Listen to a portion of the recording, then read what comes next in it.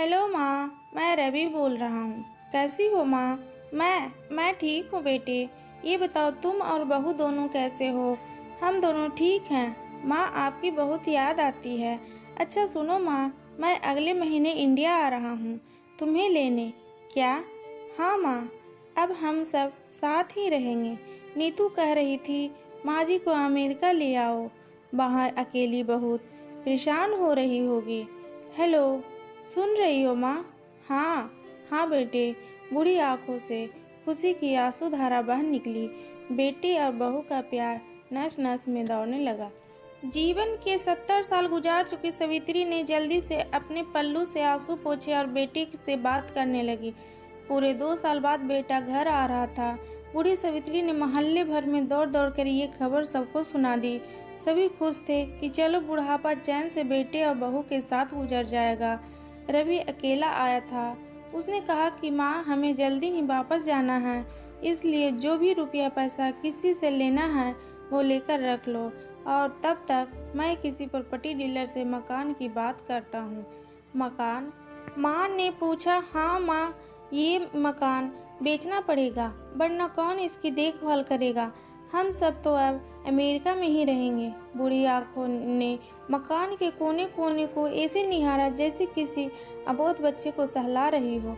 आनन फानन और औने पौने दाम में रवि ने मकान बेच दिया। सवित्री देवी ने वो जरूरी सामान समेटे जिससे उनको बहुत ज्यादा लगाव था। रवि टैक्सी मंगवा चुका था।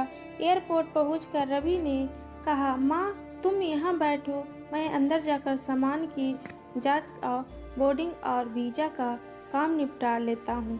ठीक है बेटे। सवित्री देवी वहीं पास की बेंच पर बैठ गई। काफी समय बीत चुका था।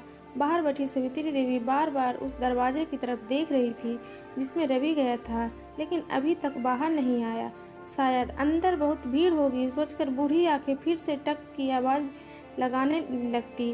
अंधेरा हो चुका था। एयरपोर्ट के बाहर गहमागहमी कम हो चुकी थी। माँ जी, किस से मिलना है? एक कर्मचारी ने वृद्ध से पूछा। मेरा बेटा अंदर गया था टिकट लेने, वो मुझे अमेरिका लेकर जा रहा। सवित्री देवी ने घबराकर कहा। लेकिन अंदर तो कोई पैसेंजर नहीं है। अमेरिका जाने वाली फ्लाइट तो दोपहर में ही चली गई है। क्या नाम था आपके बेटी का? कर्मचारी ने सवाल किया। रवि। सावित्री के चेहरे पर चिंता की लकीरें उभर आई। कर्मचारी अंदर गया और कुछ देर बाद बाहर आकर बोला, माँ जी, आपका बेटा रवि तो अमेरिका जाने वाली फ्लाइट से कब का जा चुका। क्या? वृद्ध की आंखों से आंसुओं का सैलाब फूट पड़ा। बूढ़ी माँ का रोम रोम कांप उठा।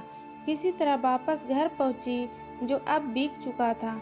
रात में घर के बाहर चबूतरे पर सो गई। सुबह हुई तो दयालु मकान मालिक ने एक कमरा रहने को दे दिया।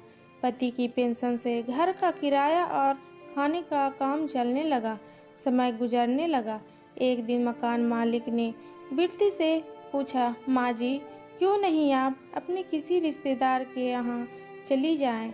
अब आपकी उम्र भी बहुत हो गई है, अकेली कब तक रह पाएंगी? हाँ, चली तो जाऊं, लेकिन कल को मेरा बेटा आया तो यहाँ फिर कौन उसका ख्याल रखेगा? आँख से आंसू आने लगा। दोस्तों, माँ बाप का दिल कभी मत दुखाना, माँ तो माँ होती है।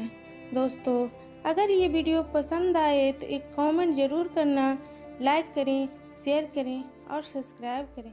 Bye bye friend.